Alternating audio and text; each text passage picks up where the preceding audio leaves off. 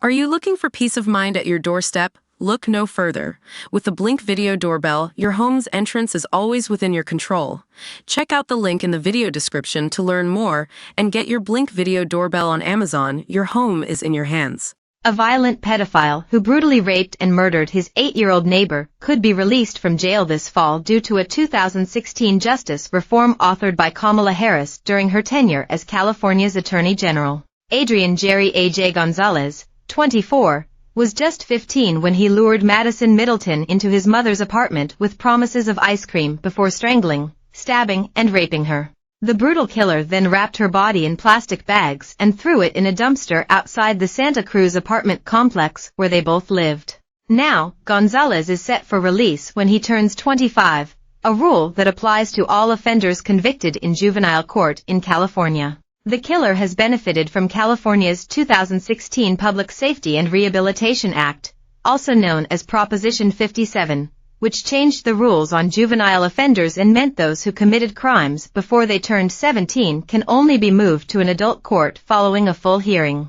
Criminals convicted in juvenile court are automatically eligible for parole when they turn 25, meaning Gonzalez will have served just 3 years if he is released, in stark contrast to the 2 life terms he would have faced in adult court. Prop 57 also legislated for the release of non-violent offenders before they have finished serving their full term, which has already led to criminals who went on to kill being busted out of jail. The loose wording saw Harris criticized during her successful 2016 Senate run, with her opponent then Rep. Loretta Sanchez pointing out that the now vice president's definition of non-violent crimes included the rape of an unconscious person and human trafficking. In a statement released at the time, the Democrat said, "The ballot title and summary, written by Attorney General Kamala Harris, calls serious violent crimes non-violent, including crimes such as rape by intoxication of an unconscious person, human trafficking involving a sex act with minors." Proposition 57 is the misleading and dangerous ballot initiative that would allow serious,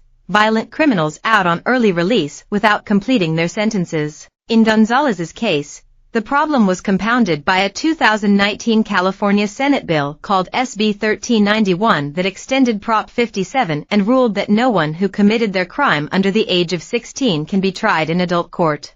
That meant Gonzalez's 2021 trial had to be held in juvenile court even though he was 21 by then, and that he could only be sentenced to a maximum of 3 years. The twisted killer is currently in the middle of a new hearing that will determine whether he is mentally fit to be released when he turns 25 in October. Even if Judge Denning Guy decides Gonzalez is not yet ready for release, under Prop 57, he has an unlimited number of attempts at parole, which means he could make another bid for freedom in 2 years. Harris, who was careful not to state explicitly that she supported the legislation she wrote, has nonetheless long supported releasing underage criminals.